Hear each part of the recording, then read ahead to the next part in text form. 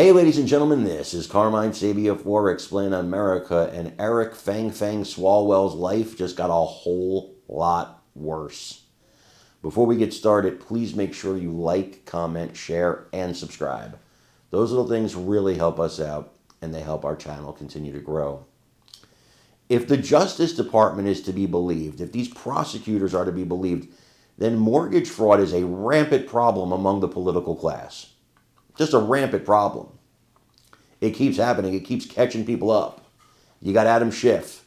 You've got Letitia James. And now you've got Eric Swalwell. Now, Eric Swalwell, of course, is claiming innocence.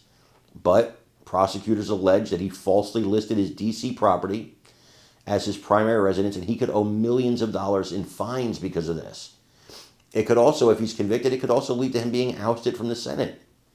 They're not big on having convicted felons there. Of course, you'll remember Bob Menendez had to resign. Democrats weren't about to get rid of him.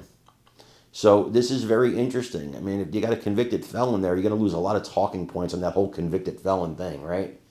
This could be really a big problem for him, and it could mean his career. And it certainly could mean the future of his career.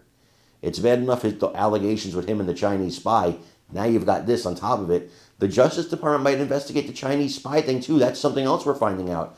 So that's how it's even getting worse for Swalwell. A lot of people maybe don't know this. There are allegations that Swalwell had an affair with his assistant, who happened to be a Chinese spy named Fang. The Justice Department now is starting to nose around that situation a little bit, and that could bring even more heat on Swalwell in addition to the mortgage fraud accusations. I want you to watch this and let me know what you think in the comments. Fox News alert, Swalwell could be in some trouble. The feds are looking into his past, not Fang, at least not yet. NBC is reporting that the congressman is being referred to the Justice Department for criminal prosecution. Once again, mortgage fraud. The allegations are that Swalwell listed his $1.2 million D.C. pad as his primary residence. But he's a congressman from California. Now it's up to Bondi to prosecute.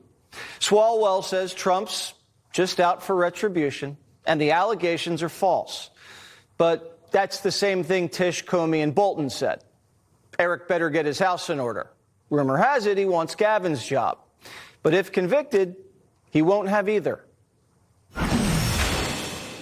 Hear that? Tick, tock, tick, tock. The Democratic Party's on the clock. I think the Democratic Party, as we know it, is about to end. I think that this is the birth of the new left. Schumer went to war without a plan to win, and now his own troops won't back him. The Democrat, I think they had an exit ramp here, and now they've just shut the exit ramp down, and there's it's an interstate that goes into infinity. Chuck's working the phones, telling Democrats not to criticize the deal. This is the Biden cover-up all over again. Guys, don't say he's old. These videos are cheap fakes. But Democrats won't be bullied into silence again. One activist said this, quote, "The most minimal thing in order to pivot back to the election is to have one head roll, and that head is Chuck Schumer." Schumer hasn't been forced out yet, but Democrats are already looking for someone younger, prettier, and Puerto Rican. He's worried about AOC, and AOC, I think, will take him on. I think